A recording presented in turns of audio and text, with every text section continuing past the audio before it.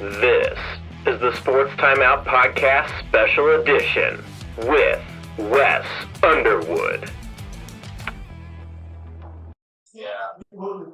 And we welcome into the show one of sporting's newest additions through the draft, and that is defender Chris Rindov.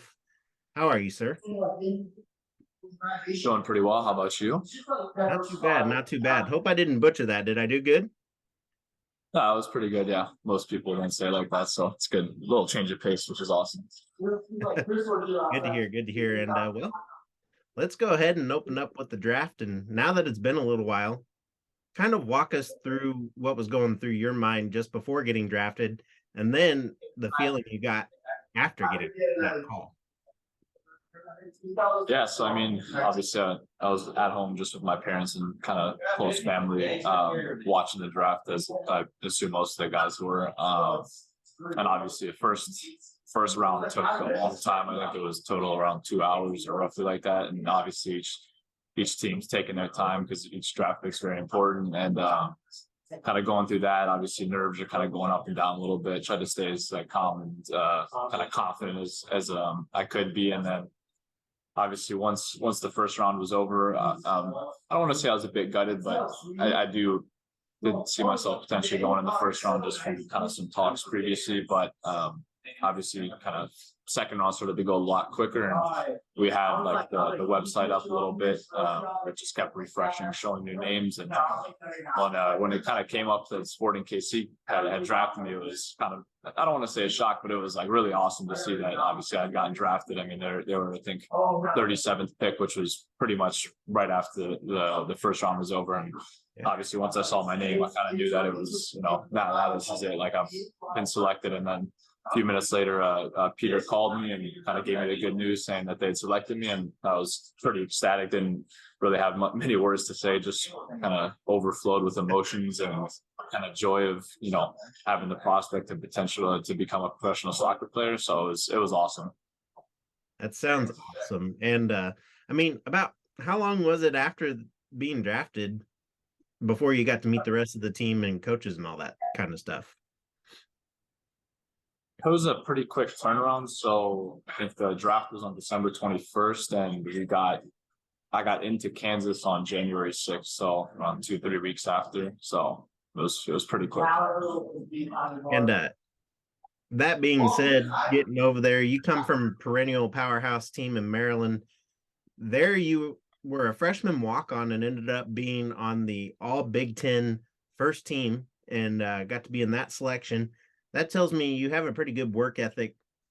Since starting camp, has anything changed in the way you prep yourself for practice in the pro camp?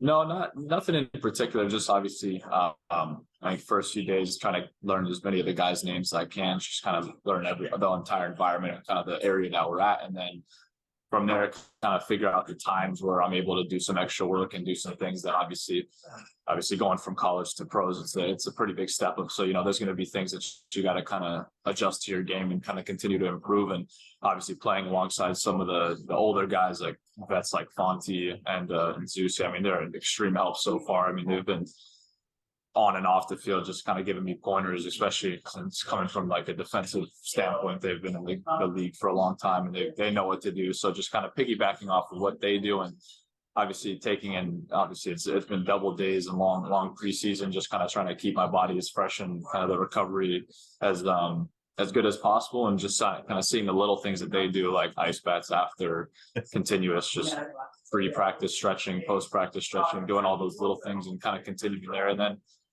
kind of just continuing on with that is just working obviously during practice as hard as I can, and then again knowing that there's little things that I do see that I need to continue to improve, and just when I have a little bit of time, 10, 20, 30 minutes after practice, doing those. Obviously you want to save the legs a little bit as well, just for some upcoming preseason matches as well, but trying to do as much as I can here to make a good impression. Yeah. Well said. And you mentioned that out of those two guys or whoever else is involved in that, who's been the biggest help to you so far to get you acclimated?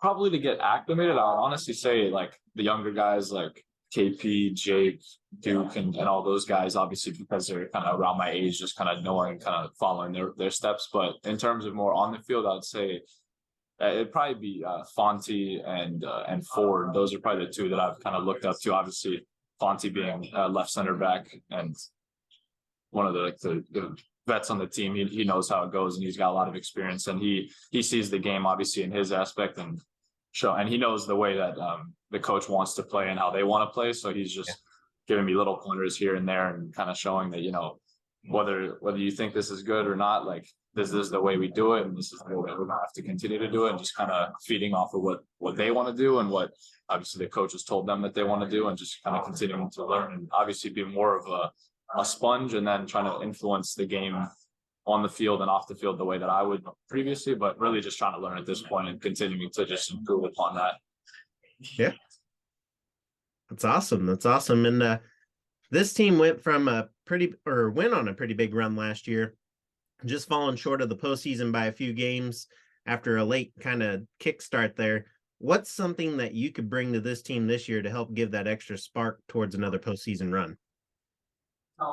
Yeah, I mean, some of the qualities that I like to see in myself are a lot of good, obviously on the field, a lot of good communication, kind of commanding in that aspect, but off the field, really, I guess that extra level of kind of work ethic and doing all those little things correct. I mean, with even from college, the little things matter, but now you're next step ahead. Now everyone's going to be the best player with their colleges, or even guys coming internationally. These are professionals, top of the line. I mean, MLS is a continuously growing league. So just kind of taking all the stuff that I know that I'm good at and kind of continuing to improve upon that, and then trying to see as much as I can to kind of combine with the guys and their system to be, as effective as possible in that way.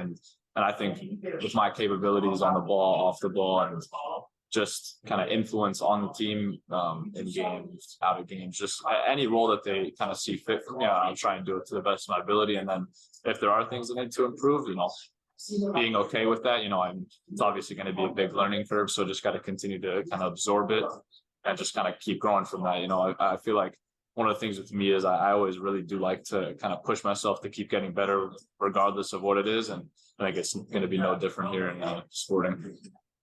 Awesome. All right. Last question here, kind of a fun question. What is that thing you have to do before a game or in between the game to kind of get your brain going, get out of a funk or whatever? Yeah. So before games, I have like these kind of, I don't want to say a few superstitions, but kind of things that I like to do just to kind of get into a routine. I kind of started, I think, sophomore year of college, really, at Maryland. I started to do some, ever since I was a little kid, I was a big fan of Rubik's Cubes and kind of solving them in that aspect. And I always carry one with me in my bag. So I like to play like a song, and then during the time the song is playing, I like to solve the Rubik's Cube 4 times, kind of get focused, get in my own zone. And then like once that's done, like the phone's gone, everything's put away, and now it's full focus, ready for the game. And then other than that, I think I just do like a stretching sequence and stuff like that. But I'd say the Rubik's Cube is the main thing that I do before a game to really kind of focus myself into now it's go time. It's awesome. It's awesome. You're gonna have to show me how at some point whenever I get to meet you in person, because I'm clueless on those things, but glad some people know how to do it because it's fun to watch when you do. So, yeah. But no, it definitely keeps me, I want to say, it keeps me calm and kind of focused, just because the way the cube is, and it's a little bit of like a fun challenge as well, getting it solved 4 times in a specific time. So yeah, it's worked for me, so I'm gonna keep doing it as long as I can. Awesome. Well, we appreciate you taking the time out of your week, and thanks for coming on, and hope to see you later this season. Yep. Yeah, thank you very much. I appreciate you guys for having me. Thank you.